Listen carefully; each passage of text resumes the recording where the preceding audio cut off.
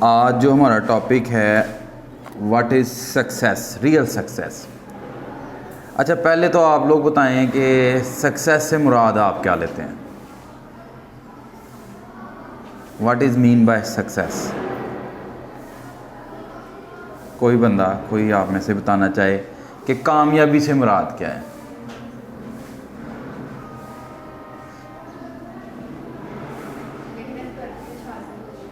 محنت کر کے کچھ حاصل کرنا جو یہ کامیابی ہے۔ تو دو طرح کی کامیابی ہوتی ہے جی، ایک ہوتی ہے دائمی کامیابی اور ایک ہوتی ہے حقیقی کامیابی۔ ابھی تک ہمیں اس چیز کا آئیڈیا نہیں ہے کہ ریئل سکسیس کہتے کس کو ہیں۔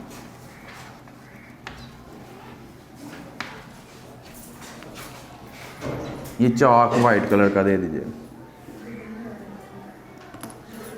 ریئل سکسیس کہتے کس کو ہیں؟ یہ جو آپ لائف کی اسیسریز جو ہیں لیتے ہو، زندگی کی جو آپ کو سہولتیں ملتی ہیں، یہ ریئل سکسیس میں نہیں آتی۔ یہ ریئل سکسیس میں نہیں آتی۔ لباس آپ کو مل جانا یہ کامیابی ہے۔ بہت اچھا بہت مہنگا لباس کی خواہش کرنا یہ ریئل سکسیس میں نہیں آتا۔ آپ کو سر چھپانے کے لیے چھت چاہیے اور سر چھپانے کے لیے بنگلہ چاہیے، چھت چاہیے، یہ کامیابی ہے، اللہ دے دے، یہ کیا ہے؟ کامیابی۔ لیکن چھت جو ہے فل لگژری سے بڑی ہو، کوٹھی ٹائپ بنگلہ ٹائپ ہو، تو یہ ریئل سکسیس میں نہیں آتا۔ انسان نے اپنے آپ کو الجھا لیا ہوا ہے۔ ابھی تک اس کو یہی نہیں پتا کہ کامیابی، حقیقی کامیابی اور دائمی کامیابی میں فرق کیا ہے۔ ہم نے دائمی کامیابی کو حقیقی کامیابی سمجھ لیا ہوا ہے، جو حقیقی کامیابی ہے اس کو ہم نے چھوڑ دیا ہوا ہے۔ اس کی مثال یہ ہے کہ اذان کے اندر حی علی الصلاۃ، حی علی الفلاح، حی علی الصلاۃ جو ہے اس سے مراد یہ ہے آؤ نماز کی طرف، اور حی علی الفلاح اس کا مطلب ہے آؤ کامیابی کی طرف۔ اٹ مینس کہ اللہ تعالیٰ نے ہمیں ایک ٹول دے دیا ہے ریئل سکسیس کا۔ وہ یہ ٹول یہ ہے کہ اللہ کے ساتھ اپنا کنیکشن سٹرونگ کریں، اللہ کے ساتھ اپنا کنیکشن سٹرونگ کریں۔ آج کی ہماری جو ورکشاپ ہے اس میں ہم پہلے بات کریں گے واٹ از ریئل سکسیس، اور اس کے بعد ہمارا کویشچن آنسرز کا سیشن جو ہے وہ ہوگا۔ تو آج ہم ریئل سکسیس پہ بات کریں گے، لہٰذا میں ریئل سکسیس کے ہی پوائنٹس آپ کو لکھواؤں گا۔ ریئل سکسیس کے ٹوٹل 20 پوائنٹس ہیں جو قرآن پاک کے مطابق۔ ریئل سکسیس جو کا تھینک یو ریئل سکسیس کا جو پہلا نقطہ ہے وہ ذرا سمجھیے گا۔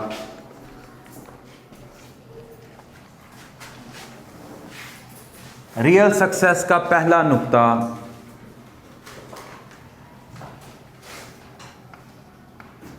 اللہ اور رسول صلی اللہ علیہ وسلم کی طے کردہ حدود کے اندر رہیں۔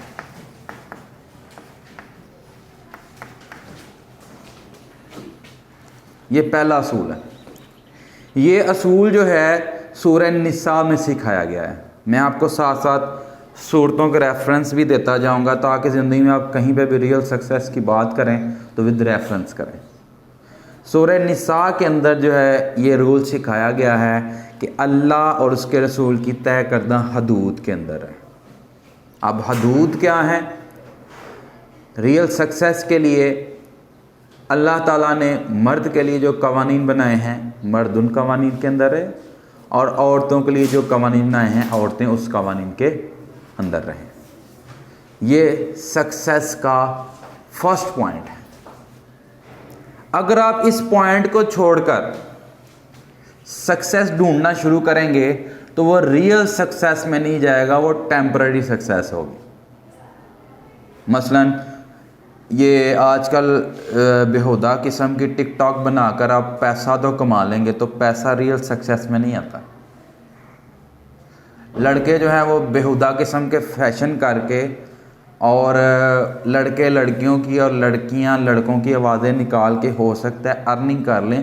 ارننگ ریئل سکسیس کا ٹول نہیں ہے. ریئل سکسیس کا جو پہلا ٹول ہے وہ اللہ اور اس کے رسول کے بنائے ہوئے جو باؤنڈریز ہیں ان کے اندر آپ نے رہنا ہے. کلیئر ہو گیا؟ سیکنڈ پوائنٹ،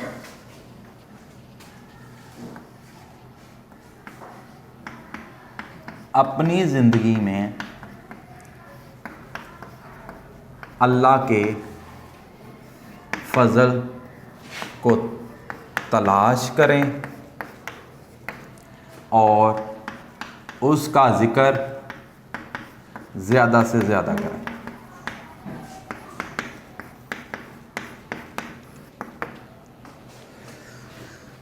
یہ بھی سورہ نساء میں جو ہے، یہ سیکنڈ رول جو ہے سورہ نساء میں سکھایا گیا. جو باقی ٹیچرز ہیں ان کو بھی بلا لیں. اب سیکنڈ رول ذرا سمجھیے گا. اپنی زندگی میں اللہ کے فضل کو تلاش کریں اور اس کا ذکر زیادہ سے. اب اللہ کے فضل کو تلاش کیا کرنا ہے؟ اس نے آپ کو بہترین شکل صورت میں پیدا کیا. یہ کیا ہے؟ اللہ کا. اس نے آپ کو دیکھنے کے لیے تندرست آنکھیں دی ہیں. یہ کیا؟ اللہ کا. سننے کے لیے تندرست کان دی ہیں. یہ کیا ہے؟ اللہ کا فضل ہے. اور کھانے اور چکھنے کے لیے زبان دی ہے. یہ کیا ہے؟ اللہ کا فضل ہے. بولنے کے لیے زبان دی، اللہ کا فضل ہے. لکھنے کے لیے ہاتھ دی، اللہ کا فضل ہے. یعنی کہ اس نے آپ کو تندرستی دی جو کہ ہزار نعمت ہے. تو یہ کیا ہے؟ اللہ کا فضل ہے. تو آپ نے سکسیس کا دوسرا فارمولہ ہے کہ اللہ سے مانگنے سے پہلے اس کے فضل کا شکر ادا کرنا. اس کے فضل کا مانگتا بندہ تب ہے جب نہ ہو. جب آپ کبھی ہاسپٹلز میں جائیں نا تو آپ کو آئیڈیا ہو جائے گا اللہ تعالیٰ نے آپ کو کیا نہیں دیا. ہاسپٹلز میں جائیں آپ کو آنکھوں سے اندھے بھی ملیں گے.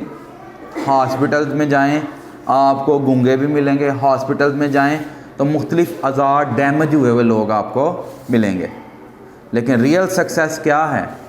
جو اللہ کا فضل ہے اس کو تلاش کریں اور اس کا ذکر زیادہ سے زیادہ کریں. ریئل سکسیس کا جو تیسرا پوائنٹ ہے وہ ہے سچ بولیں. وہ کیا ہے؟ یہ سورہ مائدہ میں یہ تھرڈ پوائنٹ جو ہے وہ سکھایا گیا ہے کہ سچ بولنا ہے. کیا کرنا ہے؟ اب اس میں سچ بولنے میں اگر آپ کسی پروفیشن میں ہیں، جیسے کہ یہاں پہ ٹیچرز موجود ہیں، آپ اپنے پروفیشن میں ہیں، آپ نے سچ بولنا ہے اور بچوں کو سچ بولنے کی عادت ڈالنی ہے. اب فرض کریں آپ کسی بچے کو رانگ وے سے اس کو نمبر دلوا بھی لیں، جھوٹ بول کے نمبر دلوا بھی لیں، تو آپ کو ٹیمپرری سکسیس مل جائے گی لیکن ریئل سکسیس نہیں ملے گی. ریئل سکسیس اسی وقت ملے گی جب آپ سچ بولیں گے. نمبر 4، ریئل سکسیس کا جو چوتھا پوائنٹ ہے وہ ہے گناہ سے بچنا.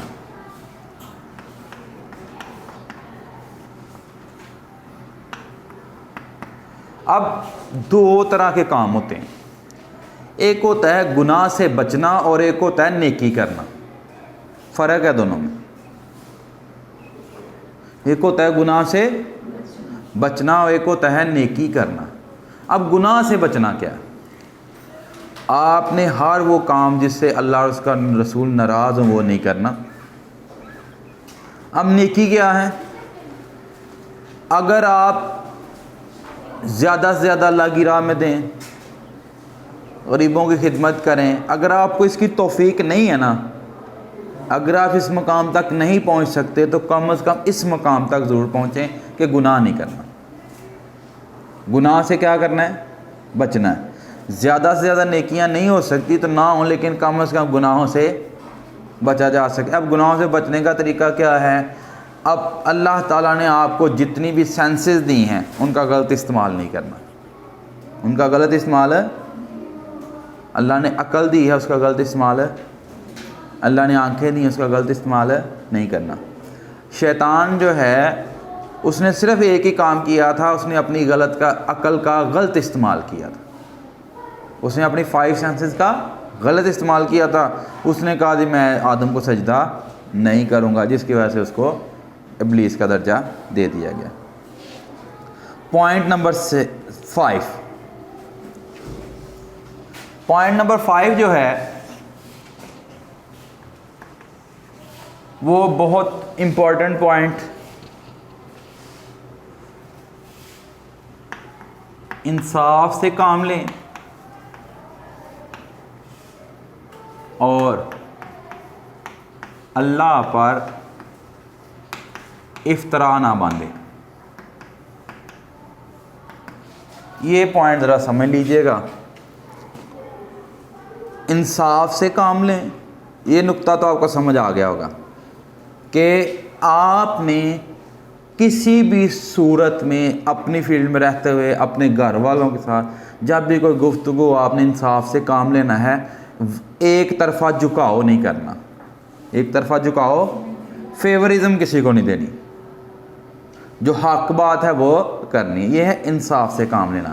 اب اللہ پر افترا نہ باندھے. کوئی بتا سکتا ہے یہ اللہ پر افترا باندھنا کیا ہے؟ اللہ پر افترا نہ باندھے، یہ جملہ اتنی دفعہ قرآن پاک میں ہے کہ میں نے جب اس کو پڑھا تو آئی ریئلی فیل پلیئر کہ مجھے اس چیز اللہ نے یہ گفٹ کیا کہ اللہ پر افترا نہ باندھیں. اچھا، ایک تو ہم ناانصافی سے کام لے رہے ہوتے ہیں اور دوسرا اللہ پر افترا باندھ رہے ہوتے ہیں. اللہ پر افترا باندھنا یہ ہے کہ اللہ کی جھوٹی قسم کھانا. اللہ کی قسم، اللہ کی قسم سے مراد یہ اللہ بھی گواہ ہے.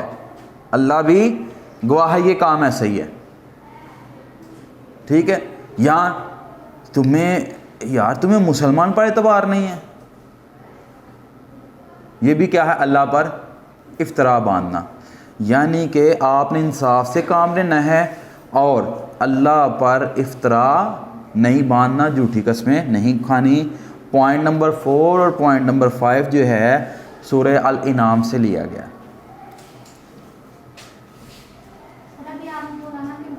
اللہ پر افترا نہیں باندھتے تو آپ نے کہا کہ وہ کہتے ہیں کہ آپ مسلم پر بھی یقین نہیں ہے. تو اللہ کو تو سمجھ آ گیا کہ لوگ جو ہیں وہ قسم کھا رہے تھے، تو یہ مسلم والی تو کیسے ہوئی؟ ہاں، اب دیکھو آپ ایک بڑا اچھا پوائنٹ آیا انہوں نے کہ مثلا آپ کہتے ہیں یار میں مسلمان ہوں، تمہیں مجھ پر یقین نہیں ہے. جس بندے نے کہہ دیا میں مسلمان ہوں، پہلی بات یہ ہے کہ وہ کلمہ گو ہے، وہ اللہ اور رسول کو پر ایمان لایا ہوا ہے. تو اگر وہ اتنا کہہ دے کہ یار تمہیں مسلمان پر یقین نہیں ہے، سمجھ لیں یہ بھی اللہ کی جھوٹی قسم کے برابر ہے. کیونکہ اس نے مسلمان ہونے کا جو دعویٰ کیا تھا اس میں پہلے تھا لا الہ الا اللہ محمد رسول اللہ، تبھی آپ نے اس کو مسلمان مانا نا. جب اس کو آپ نے مسلمان مان لیا، اس نے آپ کو بلیک میل کیا کہ یار تمہیں مسلمان کی بات پر بھی یقین نہیں ہے، تو یہ ڈائریکٹلی وہ اصل میں اپنے آپ کو نہیں گواہی دے رہا، اپنے آپ کو کلیئر ثابت نہیں کر رہا. وہ کہہ رہا ہے کہ میں مسلمان ہوں، یعنی کہ میں اللہ اور رسول کا ماننے والا ہوں اور تم مجھ پہ یقین نہیں کر رہے. تو یقین کرنے والا وہ اس پہ یقین نہیں کرے گا، اس کی گواہی پہ یقین کرے گا. تو گواہی اس کی کیا ہے؟ مسلمان. جیسے قرآن پاک میں صاف ہے کہ کافر پر تم یقین نہیں کر سکتے. کیوں کہا گیا؟ کلیئر کرنے کے لیے کافر پر یقین نہیں کر سکتے لیکن مسلمان پر یقین کر سکتے ہو.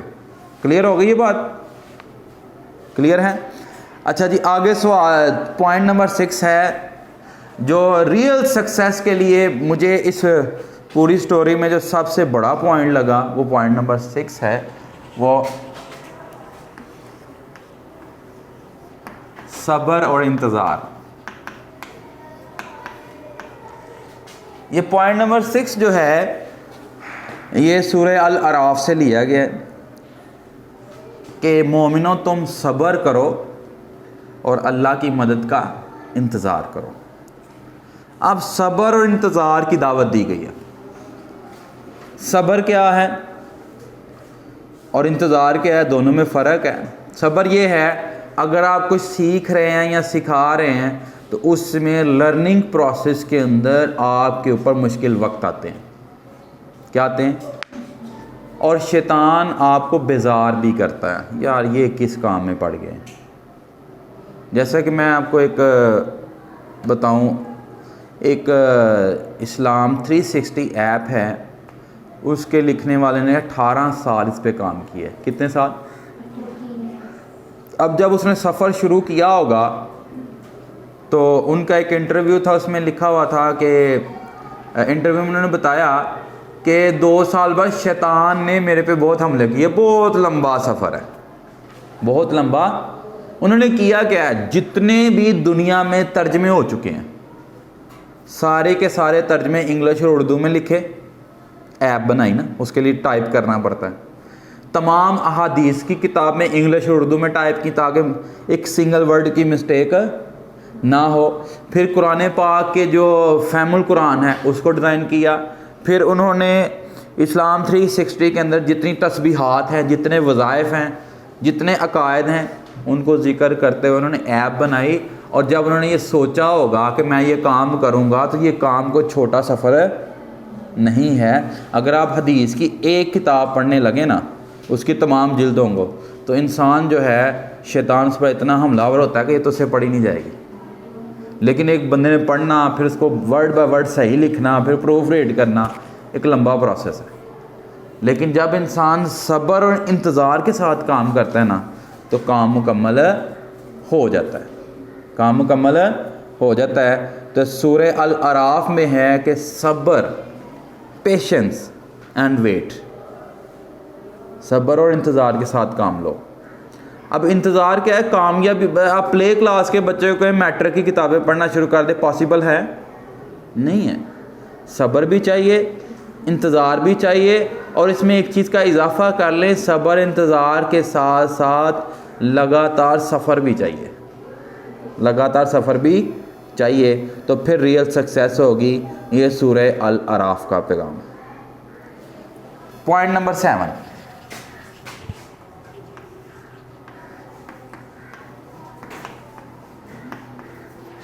ثابت قدم رہنا ہے آپ نے. اب ایک چیز کی ٹھان لیتے ہیں نا، اس پہ ڈٹے رہا کریں. اگر آپ یہ ٹھان لیتے ہیں کہ اس سال میں نے فلاں بک جو ہے ہر صورت میں مکمل کر کے چھوڑنی ہے، اس کی ریڈنگ کر لینی ہے، پھر اس پر ثابت قدم رہیں. اس پر کیا رہیں؟ آپ کی نمازیں اللہ کو نہیں چاہیے، اللہ کو آپ کی کنسسٹنسی چاہیے. کیا چاہیے؟ آپ کا ثابت قدم رہنا چاہیے.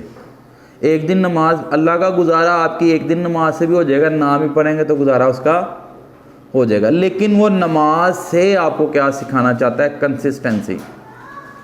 کہ اگر آپ ریئل سکسیس چاہتے ہیں تو اپنے کام میں آپ نے کنسسٹنسی لانی ہے.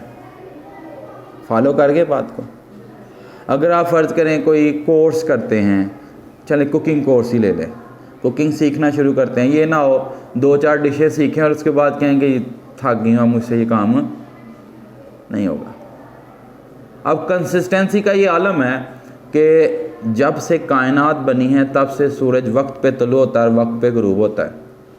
تو میرا ماننا ہے سورج بھی تھکتا ہوگا، سورج بھی تھکتا ہوگا، فرشتے بھی تھکتے ہوں گے. فرشتوں کی جو ڈیوٹی لگی ہے وہ اپنی کر رہے ہیں، اور ایک سیکنڈ میں آگے پیچھے.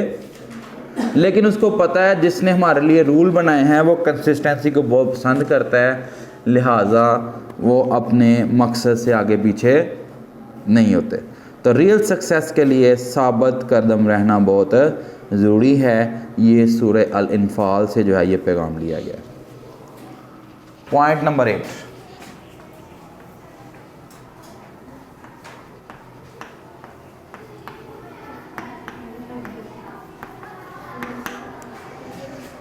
پوائنٹ نمبر 8 ذہن میں رکھیے گا، یہ سورہ توبہ سے ہے کہ اللہ کی رضا پر راضی. یاد رکھیے، جو بندہ اللہ کی رضا پر راضی رہتا ہے اللہ اسی کو زیادہ دیتا ہے. کسی نے کسی بزرگ سے سوال کیا کہ اللہ سے مزید چاہیے تو کیسے ملے گا؟ کہتے ہیں پہلے جو دیا اس پر راضی رہو، پہلے اس پر جب آپ اس پر راضی رہتے ہیں تو وہ آپ کے لیے اپنے مزید خزانے کھول دیتا ہے تاکہ آپ کو آزما سکے کہ آپ اس پر راضی ہیں، پھر اور دیتا ہے، پھر اور دیتا ہے۔ تو جو پھر اللہ کے بندے ہوتے ہیں وہ جتنا زیادہ ملتا جاتا ہے اتنا اللہ کی راہ میں بانٹتے جاتے ہیں، اور جن کو مال دولت سے محبت ہو جاتی ہے، جب وہ زیادہ ملتا ہے وہ کہتے ہیں ہماری محنت تھی، ہم نے محنت سے کمایا ہے، پھر وہ قرآن کے پیروکار ہو جاتے ہیں۔ قرآن اللہ کو ماننے والا تھا، جب اس کو اللہ نے خزانے عطا کیے اس کے بعد قرآن نے ناشکری کی انتہا کر دی، غرور اور تکبر کی انتہا کر دی۔ اس نے کہا جی یہ جو کچھ ہے میری محنت کا نتیجہ ہے، اللہ کون ہوتا ہے نعوذ باللہ۔ پھر اللہ، آپ لوگوں نے قرآن پاک میں پڑھا ہوگا، اللہ تعالیٰ نے پھر زمین کو حکم دیا کل جار قرآن اپنے خزانوں سمیت زمین میں دفن کر دیا گیا۔ اور بعض روایات میں آتا ہے کہ 500، بعض روایات میں آتا ہے 100، اور بعض روایات میں 1000 بھی آتا ہے۔ 1000 اونٹوں کے اوپر صرف اس کے خزانے کی چابیاں ہوتی تھیں۔ خزانے کی کیا ہوتی تھی؟ چابیاں۔ اللہ نے قرآن کو زمین بوس کیوں کیا کہ جو لوگ اللہ کی رضا پر راضی تھے نا، وہ بھی جو نا قرآن کے خزانوں کو جب جاتے ہوئے چابیوں کو دیکھتے تھے وہ کہتے تھے یا اللہ تو نے اس کو اتنا دی اور ہمیں کچھ بھی نہیں، ہمیں ناشکری پہ آ گئے۔ تو اللہ تعالیٰ نے پھر ان کو جو اللہ کے بندے ہوتے ہیں نا، اللہ ان سے اتنا پیار کرتا ہے کہ ان کے سامنے ان سے نیچے درجے والا بندہ لے آتا ہے۔ مثلا ایک شخص نے کہا کہ یا اللہ کاش آج تو نے پاؤں دی ہوتے، ٹانگیں دی ہوتی، میں اپنی ٹانگوں پہ چل کے جاتا۔ جیسے مسجد سے باہر نکلتا ہے تو ایک آدمی دیکھتا ہے جو کہ وہ ٹرالی چلا رہا ہوتا ہے، نہ اس کے پاؤں ہوتے ہیں نہ اس کے ہاتھ ہوتے ہیں، اسے پوچھتا ہے نہ پاؤں ہیں نہ ہاتھ ہیں، اتنا خوش کیوں ہے؟ وہ کہتا ہے اللہ نے زندگی دی ہے، اس سے بڑی نعمت کیا ہو سکتی ہے؟ زندگی تو ہے نا، توبہ کا موقع تو ہے۔ تو جب قرآن کو دفن کر دیا گیا اس وقت جو مومن لوگ تھے انہوں نے اللہ سے توبہ کی اور انہوں نے کہا کہ یا اللہ جو تو نے دیا نا بے انتہا دیا۔ پوائنٹ نمبر 9،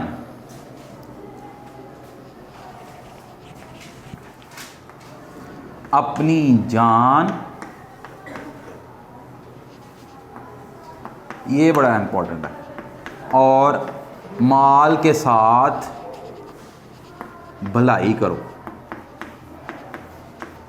دوسروں کے ساتھ بھلائی کا تو سنا ہوگا، لیکن سورہ توبہ کا یہ جو پوائنٹ ہے یہ بڑا امپورٹنٹ ہے، اپنی جان اور اپنے مال کے ساتھ بھلائی کرو۔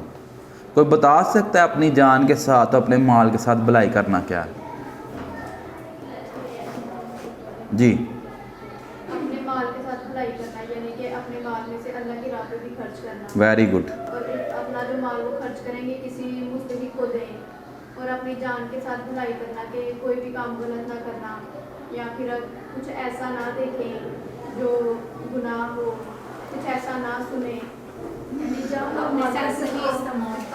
وہ انہوں نے جو بتایا ہے کہ اپنی مال جو ہے اس کے ساتھ بھلائی یہ ہے کہ اس کو اللہ کی راہ میں خرچ کرنا، اور اپنی جان کے ساتھ بھلائی یہ ہے کہ گناہ نہ سرزد ہو جائے آپ سے، اپنے اعمال بھی درست رکھنا۔ اور ایک اور بڑی امپورٹنٹ نقطہ ہے اس میں اپنی جان سے بھلائی کرنا، وہ یہ ہے کہ ہیلتھ کانشیس رہنا۔ اپنی جان کے ساتھ بھلائی جو ہے نا ہیلتھ کانشیس، مثلا آپ گناہ نہیں کرتے، آپ کسی کو برا بھلا نہیں کرتے، لیکن کھاتے ہوئے اپنی صحت کا ذرا بھی خیال نہیں کرتے۔ سورہ توبہ میں ہے یہ اپنی جان پر ظلم کرنے کے مترادف ہے۔ جن چیزوں سے اللہ روکتا ہے رک کیوں نہیں جاتے؟ مجھے پتہ ہے آپ کی صحت کے لیے اوور ایٹنگ ٹھیک نہیں ہے لیکن آپ کرتے ہو، پتہ ہے کہ یہ ہارمفل فوڈ ہے آپ کھاتے ہو، تو یہ اپنی جان کے ساتھ کیا ہے؟ ظلم کرنا۔ اور جو اپنے لوگ اپنی جان کے ساتھ ظلم کرتے ہیں ان کو ریئل سکسیس زندگی میں نہیں ملتی، ریئل سکسیس۔ اور میری یہاں پہ ساری فیمیل ٹیچرز ہیں، میری آپ سے ایک ریکویسٹ ہے، کوشش کیجئے گا، کیونکہ آپ کو اللہ کی ذات نے عطا کیا ہے، کسی بندے نے عطا نہیں کیا۔ پیزا کھاتے ہوئے، کولڈ ڈرنک پیتے ہوئے، کھانا کھاتے، جو بھی آپ کھاتے ہو اس کا اسٹیٹس نہ لگایا کرو، کیونکہ شر، نظر بد اور جادو، یہ تینوں چیزیں قرآن میں ہیں کہ یہ برحق ہیں، ہوتے ہیں۔ تو اپنی جان کے ساتھ بھلائی نہ کرنے میں یہ بھی آتا ہے کہ آپ اپنے کھانے کا سٹیٹس لگاؤ. جس ذات نے آپ کو دیا ہے اپنے دلوں میں جھانک کے دیکھیں اس کھانے کے لیے اس ذات کا آپ نے کتنا شکر ادا کیا. سٹیٹس آپ نے کتنا وائرل کیا اور اپنا شکر کتنا ادا کیا، دونوں کو پیرلل رکھیں. اللہ تعالیٰ فرماتے ہیں کہ جو میں نے تمہیں بیسٹ دیا ہے نا، دی بیسٹ، اس کا شکر ادا کرو اور سونا اور چاندی ہمیشہ ڈھانپ کے رکھا کرو. قیمتی چیزوں کو کیا کرو؟ ڈھانپنے سے مراد یہ نہیں ہے کہ آپ کھانا کھانے سے پہلے اوپر کپڑا ڈالنے کھائیں نا. کھانا ڈھانپنے سے مراد یہ اس کی نمائش نہ کریں، اس کی نمائش. تو آج یہ ہمارے بہت زیادہ جو کرائسز ہیں گھروں میں، جو ہے جی فلاں بندہ بیمار ہے، فلاں کی صحت ٹھیک نہیں ہے، اس کی سب سے بڑی وجہ یہ بھی ہے کہ ہم چھوٹے چھوٹے کھانے کیا بڑے بڑے کھانوں کی نمائش بہت کرنے لگ پڑے. نمائش سے بچنا. پوائنٹ نمبر 10 جو ہے یہ بھی سورہ توبہ سے لیا گیا ہے.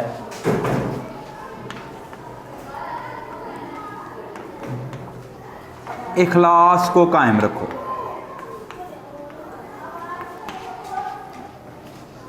اب پوائنٹ نمبر 10 جو ہے اخلاص کو قائم رکھو. دیکھیں بعض لوگ جو ہے نا، جب ان کو اللہ تعالیٰ سکسیس دیتا ہے کسی چیز میں بھی، جیسے کوئی بورڈ میں ٹاپر ہو جاتا ہے، یا کسی کے پاس گاڑی نہیں ہے تو نئی گاڑی مل جاتی ہے، یا اس کے پاس علوم آ جاتے ہیں، مختلف قسم کے علم جو ہے وہ حاصل کر لیتا ہے، تو وہ اس کو اپنے حساب سے سمجھ رہا ہے یہ اس کی کیا ہے سکسیس. It's okay, acceptable. لیکن اگر اس میں سے اخلاص کو خارج کر دیا جائے تو پھر سمجھ لیں وہ ریئل سکسیس نہیں ہے، ٹیمپریری سکسیس ہے. اگر ڈاکٹر جو ہے وہ میڈیسن لکھتے ہوئے مریض کا خیال نہ رکھے، صرف اپنے بزنس کا خیال رکھے، تو سمجھے اس میں اخلاص نہیں ہے. ٹیچرز بچوں سے گفتگو کرتے ہوئے اپنے الفاظ کا خیال نہ رکھیں، سمجھے اس میں اخلاص نہیں ہے. ہم اپنے بڑوں سے بات کرتے ہوئے اپنے لب و لہجے کا خیال نہ رکھیں. علم اپنی جگہ ہے، دولت اپنی جگہ ہے، شہرت اپنی جگہ ہے، لیکن اگر آپ میں اخلاص نہیں ہے تو آپ کے اندر ریئل سکسیس نہیں ہے. میں ریئل سکسیس کی ایک چھوٹی سی سٹوری آپ کو بتاتا ہوں. آپ سے سمجھو نا، ایک بوڑھی عورت کے ساتھ سامان اٹھایا ہوا تھا، جا رہے تھے، تو آپ بوڑھی عورت سے پوچھا کہاں جانا ہے. آپ نے جو بھی مقام طے ہوا وہاں تک سامان اٹھا کے لے کے جا رہے ساتھ. تو راستے میں عورت کہتی ہے کہ تم اتنے خوبصورت، اتنے جوان اور اتنے نورانی چہرے والے ہو. تو آپ نے اللہ کا شکر ادا کیا اور انہوں نے کہا لیکن میں تمہیں ایک بات بتا دوں کہ یہاں پہ ایک جادوگر رہتا ہے، اس کا نام محمد ہے، اس سے بچ کے رہنا. سننا ہے وہ جو اس کو دیکھتا ہے وہ اسی کا ہو جاتا ہے. لیکن میں یہ کہتی ہوں اگر وہ اس کائنات میں آخر زمان نبی ہے تو وہ تیرے جیسا ہونا چاہیے. اتنا اچھا اخلاص، اتنی عاجزی. تو پھر بھی آپ نے راستے میں یہ نہیں بتایا کہ میں ہوں. جب منزل مقصود پر پہنچے تو مسکرا کے کہا کہ اماں جی آپ جس کی بات کر رہے ہیں، جس محمد کی صلی اللہ علیہ وسلم، وہ میں ہی ہوں. تو اس عورت نے ایک تو کلمہ پڑھا اور ساتھ میں کہا مجھے اللہ کی عزت کی قسم ہے کہ مکہ والوں نے جو آپ کے بارے میں کہا تھا وہ سراسر غلط ہے.